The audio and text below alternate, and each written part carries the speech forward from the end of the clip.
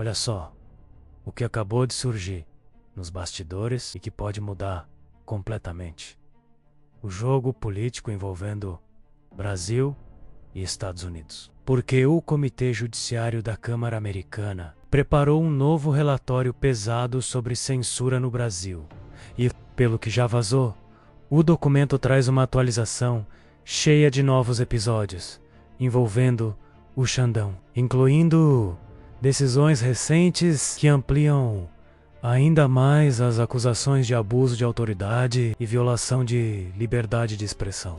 E isso não é pouca coisa, porque não estamos falando de opinião ou narrativa local. Estamos falando de um órgão oficial dos Estados Unidos, colocando no papel que existe um sério acontecendo aqui. E o mais importante não é nem o conteúdo, porque isso muita gente já sabia. O ponto central é o timing disso tudo, porque esse relatório aparece exatamente depois de toda aquela movimentação estranha envolvendo Lula, Xandão e até o governo americano.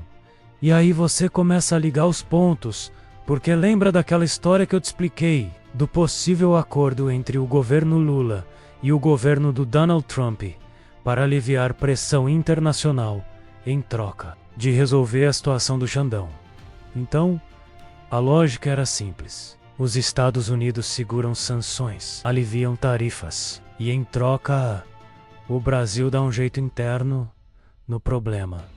Só que, pelo que tudo indica, isso não aconteceu. E é aí que a coisa começa a escalar de verdade. Porque depois daquela conversa secreta entre Lula e Xandão, no início de março, tudo mudou.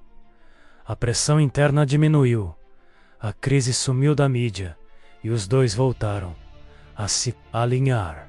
Ou seja, o plano de afastamento simplesmente foi abandonado. E agora esse relatório surge como um possível recado direto. Quase como um: eu estou vendo o que vocês fizeram, porque não é coincidência isso aparecer justamente agora, ainda mais considerando que versões anteriores desse mesmo tipo de relatório já tiveram consequência real, inclusive abrindo caminho para sanções internacionais. Então não dá para tratar isso como algo simbólico. Isso aqui pode ser o começo de uma nova pressão externa muito mais forte, principalmente porque o documento não fala só de Brasil. Ele afirma que decisões do Xandão estariam afetando até empresas e cidadãos dentro dos próprios Estados Unidos. Que muda completamente o nível da discussão, porque aí deixa de ser um problema interno e passa a ser uma questão internacional. E quando isso acontece, o jogo fica muito mais pesado, porque os Estados Unidos não entram em conflito desse tipo à toa.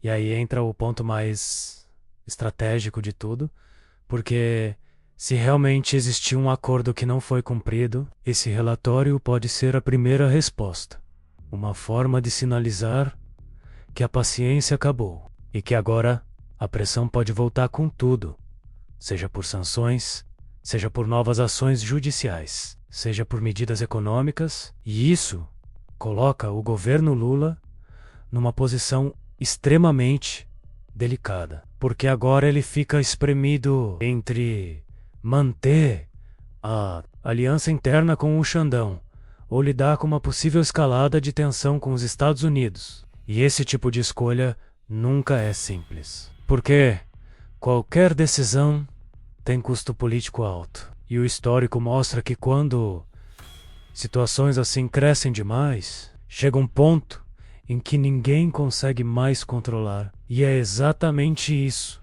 que a gente já viu acontecer antes, em outros momentos da política brasileira. Quando escândalos começam pequenos, tentam ser abafados, mas vão ganhando dimensão até explodirem de vez. E agora fica a grande dúvida: será que isso aqui ainda dá para conter nos bastidores? Ou a gente já entrou na fase em que o problema começa a sair do controle? Porque uma coisa é certa: quando relatórios internacionais começam a aparecer com esse nível de detalhe e no timing que a gente está vendo, dificilmente isso termina pequeno.